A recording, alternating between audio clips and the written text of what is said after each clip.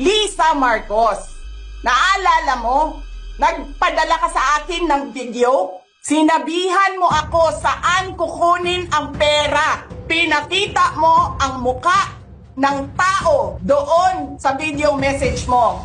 You sent me written instructions about money, millions a month.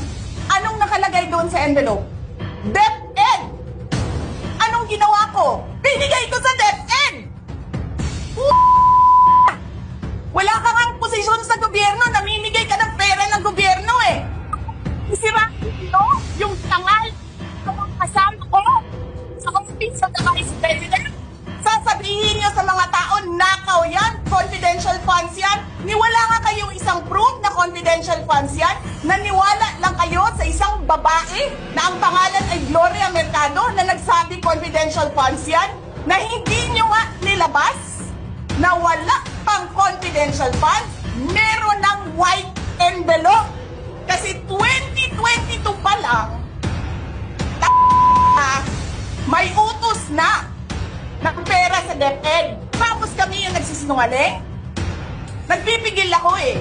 Kasi gusto ko lang magtrabaho. Gusto ko lang tapusin nyo na yung show ninyo dyan sa House of Representatives para makabalik na kami sa trabaho namin. Tapos ganyan ang gagawin ninyo sa amin dahil hindi kami sumusunod sa inyo, dahil ayaw na namin tumulong sa inyo.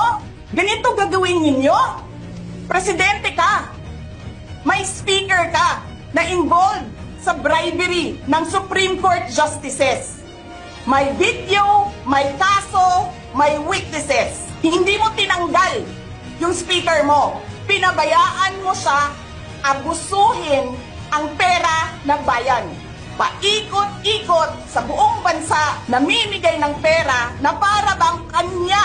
Eh di ba nga, lagi niyo sinasabi separation of powers? Anong trabaho ng legislative branch? Gumawa ng batas. Anong ginagawa ni Martin Romualdez? Nagdidirect ng DSWD, namimigay ng ayuda, nagsasabi kung anong bibigay, anong ibibigay, anong gagawin, sino ba ang presidente dito? Alam nyo, alam namin, mali ang ginagawa ninyo. Sinabihan ko lang mga kasama ko sa Office of the Vice President, pasensya na, sumunod na lang tayo para matapos na sila. Nagulat ako kasi merong mga lumapit na miyembro ng House na humihingi. Hinihingi nila yung parte ng 5 billion na budget.